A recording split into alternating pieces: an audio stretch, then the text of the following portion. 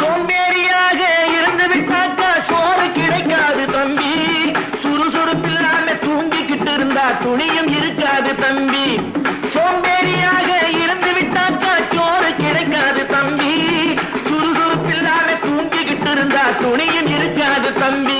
இதை அடுத்தவன் சொன்னா கசக்கும், கொஞ்சம் அனுபவம் இருந்தா இனிக்கும். இதுக்கு ஆதாரம் கேட்டா 1000 இருக்கு, அத்தனையும் சொல்லி போடு. ஓடி ஓடி உழைக்கணும்,